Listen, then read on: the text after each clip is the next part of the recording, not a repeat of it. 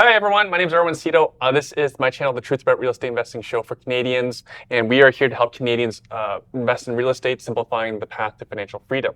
I'm here today with my friend Scott. What makes Scott special is, other than being dual citizen, half of it's American, boo. He's actually the only person I know who specializes in investment real estate and also owns brokerages both in Canada and the USA, boo. He's also a real estate investor himself, so he knows exactly how to run numbers. He's worked with hundreds and hundreds and hundreds of Canadian real estate investors. Well, the most common question I honestly get is, how much does it cash flow? Now, I can't really, my follow-on question to them is usually, how much do you plan on putting down? We're here with Scott. We're going to compare a couple Canadian investment properties compared to a couple of American properties. We're going to see how much you need to put down in order to make the property positive cash flow. Because I think everyone wants a property that positive cash flows. Fair enough? That's right. That's fair enough, right? Reduces the risk, you make money. People are in this to make money. We can't just bank on appreciation like some people want to make you believe. All right, so Scott, we're going to start with a very classic example, very, very common. Everyone in Canada is familiar with this investment vehicle being a Toronto condo. This example is Toronto condo. I'm sure Vancouver prices are not that far apart. This is a one-bedroom condo. Market's been a little bit soft. I believe we have something like 6 months of inventory on the market right now. So we're going to assume a $600,000 price for this property. Okay. And rents have come down slightly as well, so we're going to use $2,350 at rent. Yes. So I've put all that in, and pretty much, Erwin, for this property to cash flow. Now, what I will do, and I'll preface this actually. So the lenders have a debt coverage ratio that they're looking for. So a debt coverage ratio of 1 means the property's expenses are just covered by the cash flow. So if it's above 1, that means you have cash flow. Okay, so that's what we'll be looking at today, is just to get a debt coverage ratio of 1 or above. So I've already input this based on the way that the lenders calculate things in the States.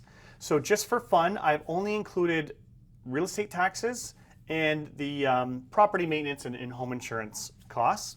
So to buy this condo in Toronto, based on the numbers of the property, right? Not your personal income. I mean, you can use your personal income, but just on the property itself, you would be able to get a loan for $330,000 on this property, which means we're at 56% loan to value for it to break even, essentially. So our down payment is $270,000. That's right.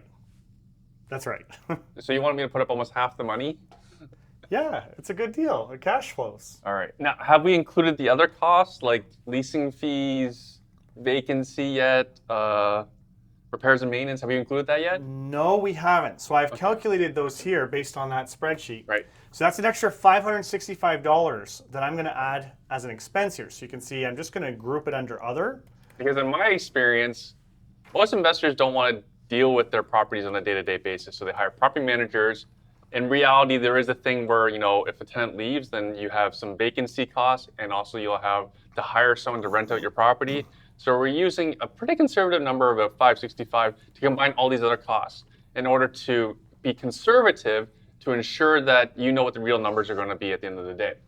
Yep. So when you factor in that, Erwin, it greatly reduces the mortgage. So now you can get approved for $225,000, and that's at 37.5% loan to value. So I have to put up almost 2/3 of the money to make this thing cash flow. To make it cash flow by itself, exactly. Yes. Okay, Scott, I hope we have some better examples here. Well, I think we do. I think we do. All right, so next we have what I call a greater golden horseshoe duplex. So most investors that I know and my clients that I work with, we work with on properties outside the GTA.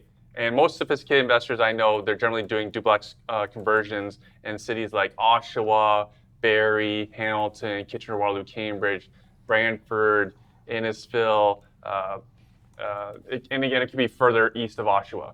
So this example here is literally a property we helped our clients sell. They've had their fill of being a landlord. So we sold this property for $818,000 in Kitchener, Ontario. The market rent for this property, we were able to sell it vacant. That's why we got such a pretty good price for it. The market rent for this property, again, market rents have come down quite a bit in most across Canada, including across the Golden Horseshoe of Ontario. So rent for this would be about $4,100 plus some utilities. And then Scott's going to input some numbers, and he's going to let us know how much we need to put down on this property to make it cash flow. Yeah, so what I'm going to do, Erwin, instead of running this the way that the U.S. lenders do, we're going to include all the expenses, right? That's reality. That's what investors should do, yes. So I just quickly ran it at 80%. So if you are viewing the screen here, you can see that at 80% loan to value, we don't debt cover. We're at 0.835%. So what that means is I have to shrink the loan amount to figure out how much you can qualify for. So for those watching, I'm just going to keep lowering the mortgage until we get to the point where the property covers itself. By lowering the mortgage, he also means we have to put more money down. Our down payment increases. Our potential return on investment decreases. Exactly. Scott, I'm having to put down a lot of money here. You are. Okay, so at 475, the mortgage and all the expenses are covered.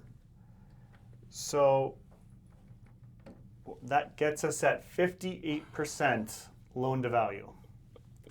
So it's better than the condo. It's better than the condo. Yep. So in order to get positive cash flow, we essentially have to put down 42% on this property. That's right. Based on today's mortgage rates. And Yep. I believe you qualify as a mortgage expert. Yeah, and I used a rate of 4.5.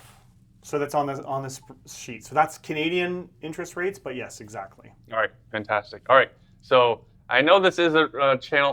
This channel is meant for Canadians, but we're going to talk about some U.S. investment properties because the reality is, my client from Montreal, 33 years old, he actually now owns this property here. This is a 3-bedroom, 1-bathroom, just over 1,100 square foot house in Kansas City, Missouri. This property is already fully renovated, and the tenant is already in place. So that's how my client's actually buying it. So for numbers, Scott, I have the numbers here. So the property is 175. Oh, it's not this one. Okay, 175. Okay. Yeah. The rent is. Do you want the annual rent or the monthly? You can give me monthly. I'm just going to calculate the mortgage at the max in the states that they offer, which is 75%. And what is the rent?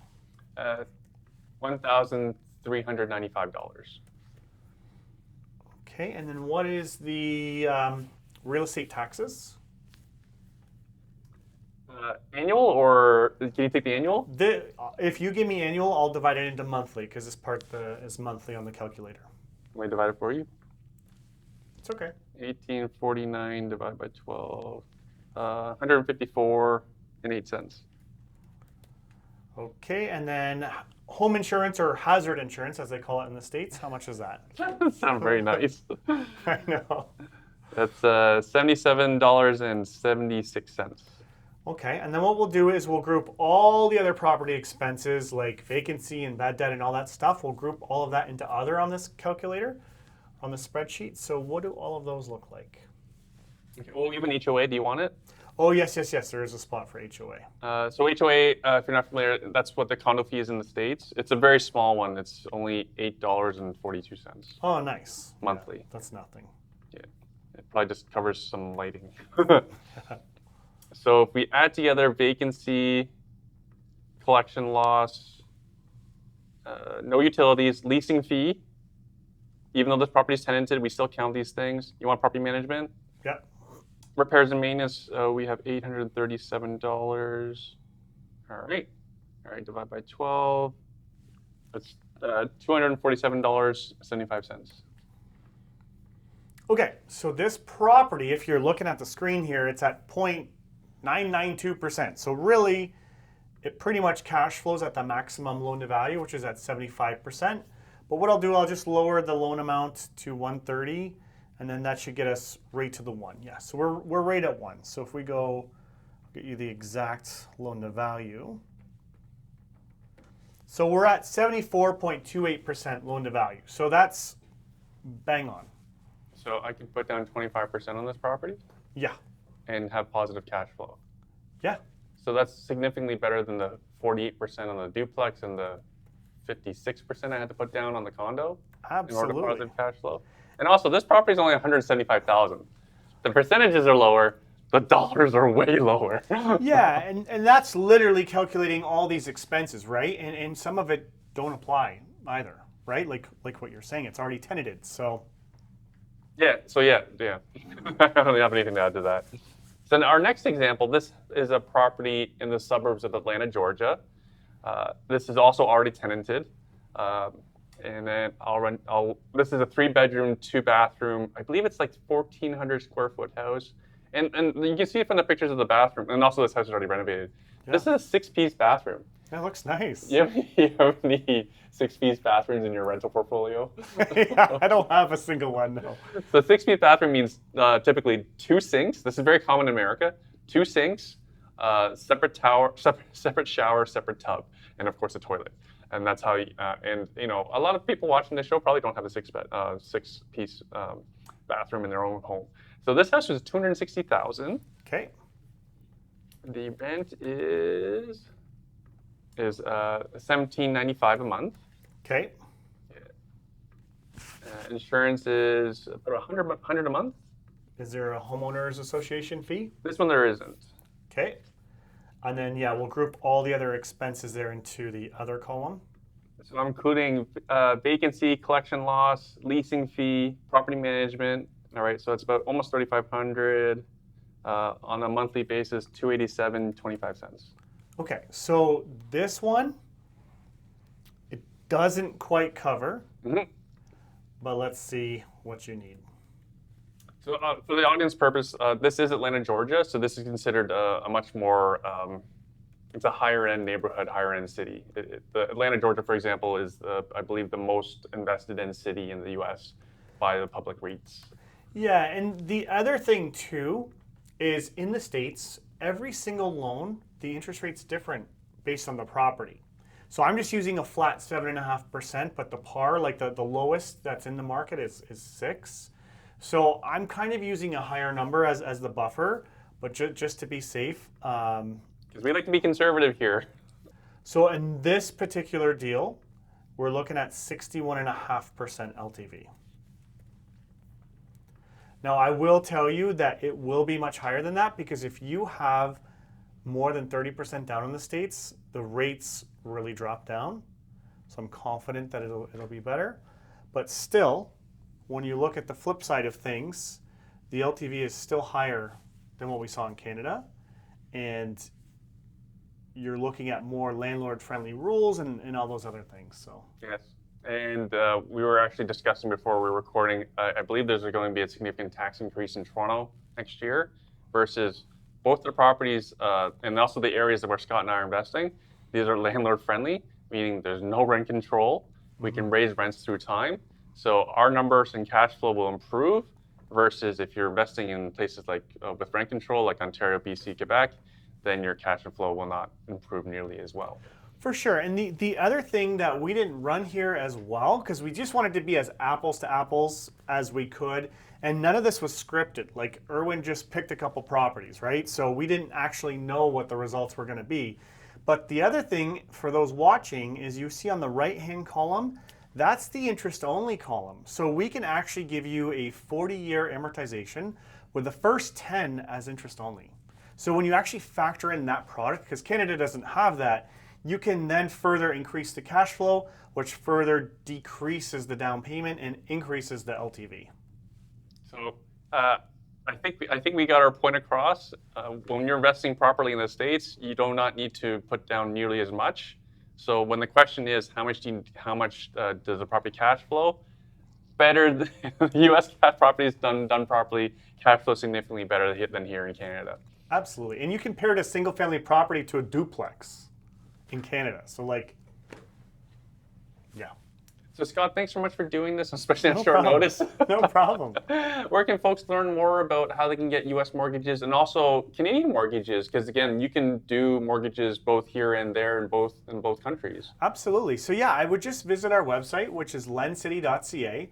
When you're there, there's a booking link, and when you hit that booking link, it actually is kind of sorted by expertise on the team. So if you want U.S. loans, if you want commercial, like whatever it is, you can kind of pick what product you're looking for, and then you'll be connected with the best expert on my team. Thanks so much for doing this, Scott. No problem, Erwin. Hope everyone enjoyed. Like and subscribe if you'd like to see more of this content, as we'll be looking to educate more Canadians on the simplest path to financial freedom via real estate investing.